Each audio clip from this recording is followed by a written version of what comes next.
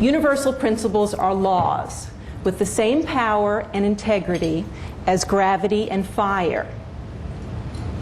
Think of it as a virtual toolbox that you have at your access at any time to help you make better decisions, solve problems easier, be more creative, be more productive, be more prosperous, have more fun, have less stress, build authentic relationships, and strike that elusive balance between work and life.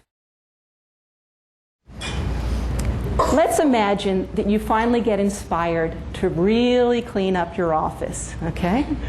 So you throw away all the garbage, you organize the files, you get that file cabinet that you've kept of old clients, you put all those files on the floor in two piles.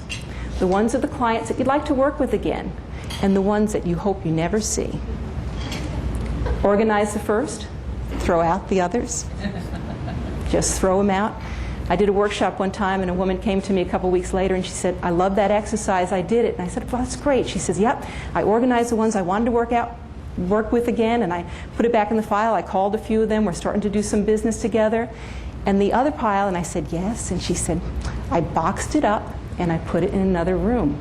Now, for her, that was a big victory. And just to get that energy out of her office was important. And eventually, I think she'll probably throw it out.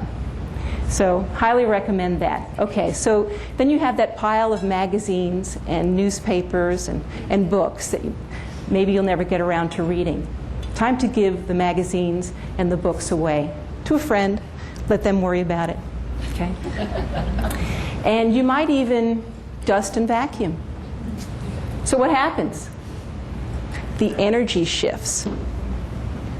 The phone begins to ring. New business comes in. Projects that were put on hold all of a sudden pick up again. That's because you've activated this universal principle. And the law is the universe abhors a vacuum. As simple as that. When you clear out the physical and the emotional clutter in your office, you create the space for the universe to fill with what serves your highest good. It's the law. Here's a simple exercise for us to do around the law of attraction. I'd like you to smile, please. Now, not a little grin, but a big, goofy, wide smile. And I'll do it too. So you're going to stretch your lips. You're going to show your teeth. Don't forget to breathe. That's important. I always have to give that warning. Okay, so keep it going. We're going to do this for about 15 seconds, okay? Keep that smile going. Okay. Keep it up. Got 5 more seconds to go. Okay. And if you'd like, you can stop smiling. If you like. So what happened there? You just raised your vibrations, didn't you? You chose to be happy. And did you feel a shift in your energy? Endorphins start going off just from that simple exercise. Just by smiling. I smile in the shower. I smile when I'm in my car. It makes such a difference in the way that you look at your life and how you approach what you're going to do. So start smiling a lot more and start raising your vibrations. Vibrations, what are they? They're emotions and feelings. Simple as that. And when we all vibrate at different levels at different times. When you vibrate at a high level, that's based on love and trust and peace. And it's positive and light and constructive. And you will attract people and circumstances that vibrate at that same level.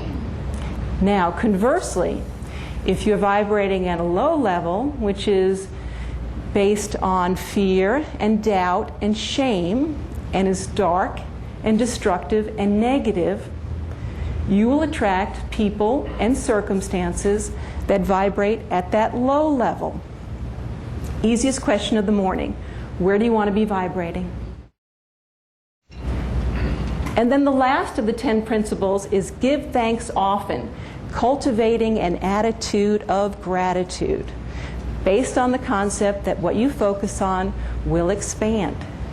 So when you're working on business issues, you focus on the solution instead of the problem.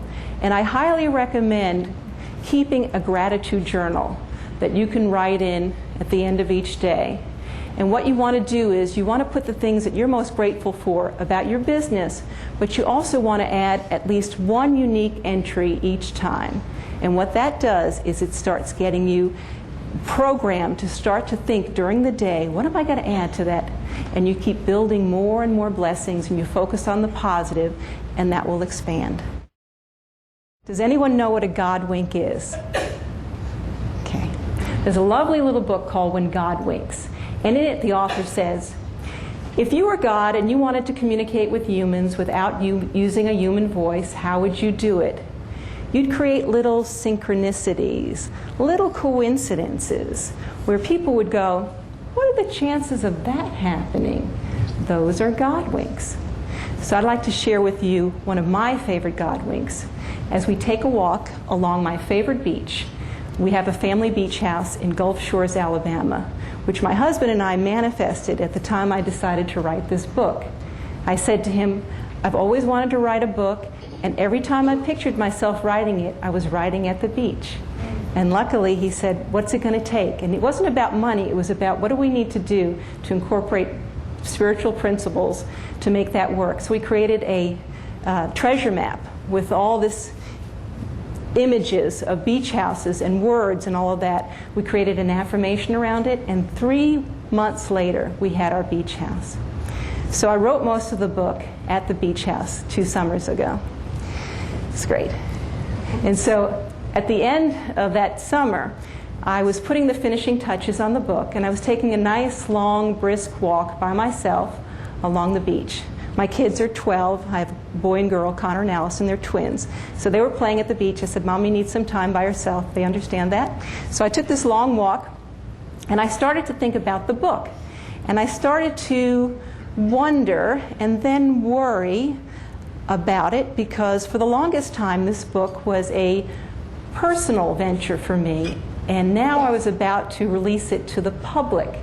And I thought to myself, would this be well received? And because I'm the author and also the publisher, I wear all the hats and I write all the checks. And I started to go into a little fear about money. Can you relate? Okay. Just at that moment, I stopped dead in my tracks. And I looked down, and there was the most perfect white sand dollar. Now you have to understand, we comb this beach every day.